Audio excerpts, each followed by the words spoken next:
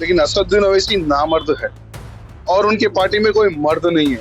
इसलिए 2023 के भी चुनाव में वो मुसलमानों का वोट बीआरएस को भेज दिया। जो एकदम ही डम्मी कैंडिडेट कहूंगा मैं, बीआरएस के जो कैंडिडेट है वो डम्मी है। उनको केवल एक ही चीज आती है, व्यापारियों को डराओ, उनसे पैसा वसूलो।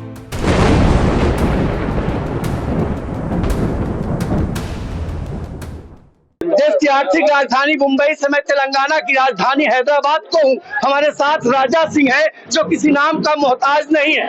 जिस जगह से चुनाव जीतते हैं उस जगह पर जिस तरीके से माहौल बनता है, चुनाव अपने आप ही खत्म होने की कगार पे होता है। हमारे साथ है राजा सिंह जी हैं। सर, कैसा प्रचार, कैसा आगाज, किस तरीके का होगा अंजाम?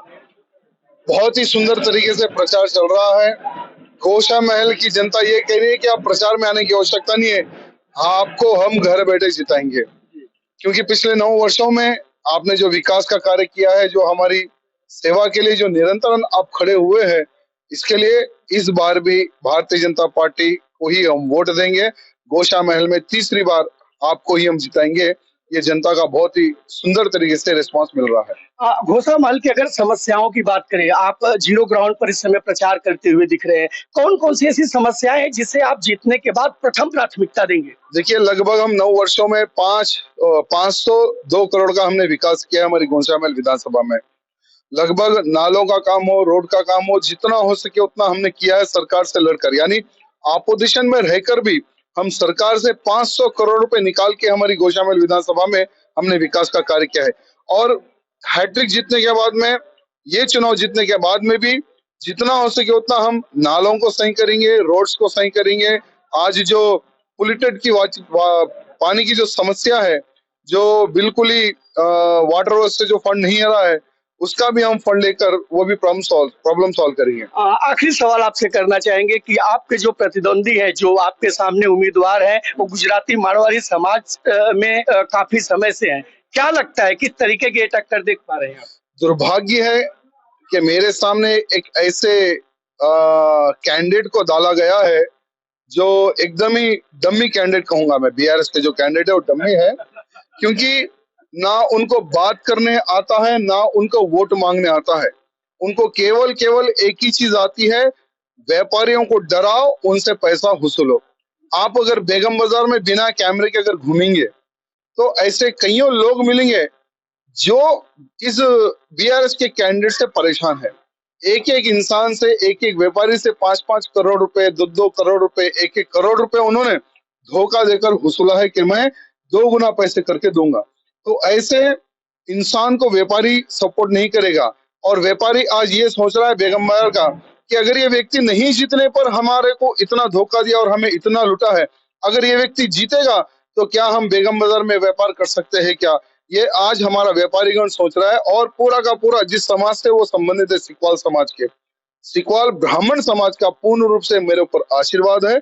और इस बार भी हैट्रिक मैं जीत के बताऊंगा। 2 बार वो चुनाव लड़ा, 2 बार भी डिपॉजिट नहीं आया उसको। एक बार मेरे साथ लड़ा था, एक बार भाई के साथ लड़ा, 2 बार भी उसको डिपॉजिट भी नहीं आई। क्या मैसेज होगा आपके समाज के लिए?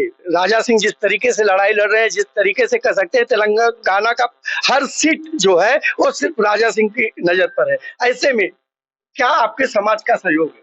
राजा सिंह ऐसा एक हिंदुओं का शेर है, इसलिए कुछ लोग जो है ना राजा सिंह के ऊपर कुछ ना कुछ बात बोल के उनको मिसगाइड करके, और ये क्योंकि हिंदुओं के लिए लड़ रहा है, हिंदू के लिए प्रचार कर रहे हैं, हिंदू के नाम से इलेक्शन लड़ रहे हैं, और हिंदुओं को बचाने के लिए, क्योंकि हमारे पार्लियामेंट में, हैदराबाद पार्लियामेंट में 6 असेंबली कॉन्स्टिट्यूंसी है, 7 में 6 एमआईएम के, 1 हमारा हिंदुओं का है। हमारे पूरे कार्यकर्ताओं का ओपिनियन यही है कि एक हम कैसा भी राजा भाई को जिता के ये कॉन्स्टिट्यूंसी गोशा महल अपन हिंदुओं बचा लेना बोल के हमारे पूरे कार्यकर्ताओं का मनोभावना है। राजा सिंह जी, एक सवाल और रह गया था। एमआईएम का कहना है कि राजा सिंह के जो पिछले 1 सालों में बयान थे, जो उनके कार्य थे, उससे जनता चिढ़ी हुई है, जमानत जब्त हो गए, एमआईएम के नेताओं का कहना है। देखिए, हम जो कहते हैं वो सत्य कहते हैं।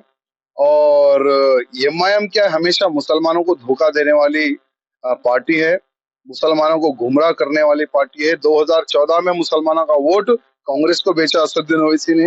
2018 में टीआरएस को बेचा असदुद्दीन ओवैसी ने मुसलमानों का वोट, और 2023 में हमने चैलेंज किया था कि अगर दम है तो तुम्हारा कैंडिडेट खड़ा करो, लेकिन असदुद्दीन ओवैसी नामर्द है और उनकी पार्टी में कोई मर्द नहीं है, इसलिए 2023 के भी चुनाव में वो मुसलमानों का वोट बीआरएस को भेज दिया। हमारे साथ राजा सिंह थे जिन्होंने साफ तौर पर कहा कि मैं बेशक है असदुद्दीन ओवैसी, यही वजह है कि मेरे सामने कोई उम्मीदवार खड़ा नहीं किया। नवभारत समाचार के लिए हैदराबाद से मुरारी सिंह।